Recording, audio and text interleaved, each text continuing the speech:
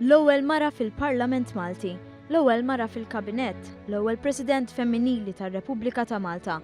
Din kienet Agata Barbara, il-mara b'qoxra tal-azzar iżda b'qalb radba li xprunat l-iżvilupp soċjali ta' ġens li kien għadu maħkum bil-litterizmu sfrenat, propju biex ifakkar lil din il-pilastru fl-istorja politika tiegħu u ta' pajjiżna il-Partit Laburista flimkien man-nisa Laburisti organizza serata bis-sem ta' nies li ħadmu mill-qrib jew ġew spirati minn Agata Barbara.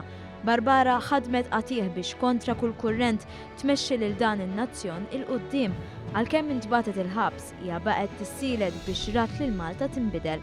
Isimha jibqa' sinonimu l-aktar mal-benefiċċji soċjali, l-ugwaljanza u r-riforma edukattiva. Il-President tan-nisa Laburisti Clodetta Bella Baldacchino fissret kif il-figura politika ta' Barbara tibqa' rilevanti għal politiċi tal-lum. Agata Barbara tibqa' rilevanti għal żminijiet tal-lum għaliex fetħet it-triq għal bost opportunitajiet fosthom għal nisa fil-politika, għal edukazzjoni b'xejn għal kulħadd u lum il-ġurnata qegħdin naraw aktar inizjattivi fl-edukazzjoni mill-Gvern preżenti kif ukoll għal qasam soċjali u anke dak kulturali. Tibqa' strumentali wkoll anke fil-qasam tal-paċi li wkoll rilevanti għal żminijiet tal-lum.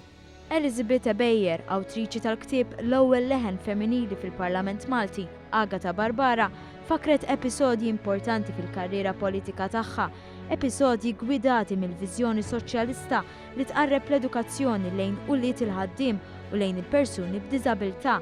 Is-serata ġiet organizzata fl-isfond tal-monologu li l-attriċi Taljana Isabel Rusinova tellat fit-Teatru Belli f'Ruma.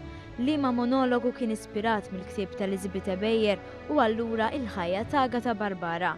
Mawa News, l-ambaxxatriċi tal-kultura għall-Amnesty International fl-Italja, iddeskrivit lil Barbara bħala persuna li ħallit impatt fuq l-irwol tal-mara. Penso che Agata Barbara è assolutamente una delle donne più importanti del nostro Novecento, una personalità forte che ha veramente cambiato il corso della storia della donna nel Novecento. L-attività kienet indirizzata wkoll mid-deputat mexxej tal-Partit Laburista Tony Abela li tkellem dwar ir-relazzjoni bejn Agata Barbara u l-eks Prim Ministru Dom Mintov.